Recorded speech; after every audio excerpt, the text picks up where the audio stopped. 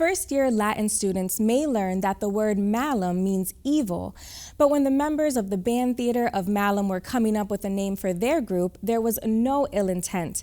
They just thought it sounded cool and were hoping to catch people's attention with the name. But it's been their musicianship that has caught people's attention even more. Now, this burgeoning metal band from West Springfield High School has landed more gigs regionally than just the high school events that got them started. Connecting Point's Brian Sullivan sat in on a rehearsal of this Metallica-influenced foursome who still aren't even old enough to drive yet.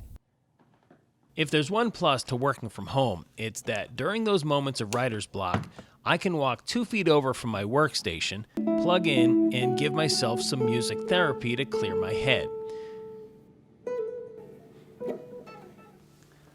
Kind of amazing I haven't been signed to a record deal yet, right? Kidding, of course. Those dreams went out the window a long time ago, along with my dreams of being an astronaut and playing for the Boston Red Sox.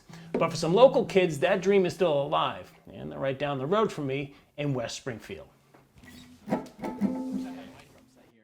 They're not just any kids. These 4 honor roll sophomores from West Springfield High School are the band known as Theater of Malum. On Monday and Thursday nights between the hours of 5 and 9, this foursome can be found sharpening their skills as a cohesive unit. And while the studio may just be a basement with minimal soundproofing, having any location to come to is paramount for the creative process. I think having a place to practice and put your ideas forward is very important, because even if you have like a call or something like that, you can't really physically see or hear what's going on, and I think it's very important to have that. As for practice in general, I believe practice is very important, just getting better skill-wise. But I mean, after you've been doing it for so long, like these bigger bands, I mean, they've been practicing the same songs for 20, 30 years. So I mean, at this point, you know, I would hope they would know their songs. But regardless, I do think practice is very important to stay up and tip-top shape. As an outside observer, it just looks like 4 good friends having a good time playing music together. And it is. But although they do play covers, they're not just a cover band. I'd say it's a mix between both serious and fun. You know, when we're first setting up, we're all goofing because we're all energetic. But when we're writing stuff, that's when we get a little bit more serious, you know, just so we can focus a bit more on, you know, getting all the notation and stuff down, which takes quite a bit. And then we get into writing songs where, you know, usually I leave the drums because, you know, a little bit loud and distracting, where they all go on guitars and write stuff, because drums are usually either written first or written last. That's kind of how it works, and the guitars, you know, kind of work in between.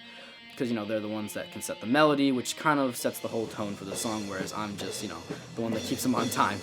Bruce and Darren have each been playing instruments since before they were 10 years old, and together as a band since middle school. But for the newest member, lead guitarist and songwriter Eli Olsen, this is all a pretty new endeavor. I started playing back in January of 2020.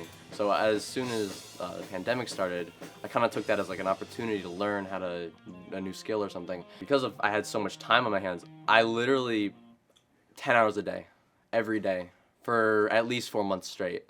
And then I kind of slowed down a little bit, but every day, playing, and it just working at it every day. And maybe they were just putting on a polite show for me, which they did by playing a pretty solid Metallica mashup. But these 4 boys, who aren't even old enough yet for their driver's permits, showed a lot of maturity in the brief time that we spent together. It'll be interesting to see where they are in a few years if and when they go away to college. Even if we were to leave to like different colleges or go to different places, I think we would still try to stay connected with each other, keep coming to practice every twice a week like we are doing. We're probably going to keep trying to do this as long as we can. This is just what we love to do. I mean, really, it's not really about fame or about, you know, money or anything. That we just love playing music. That's like all of our dream, and we just really enjoy it, and that's just kind of what keeps us going, gives us the motivation, just doing what we love.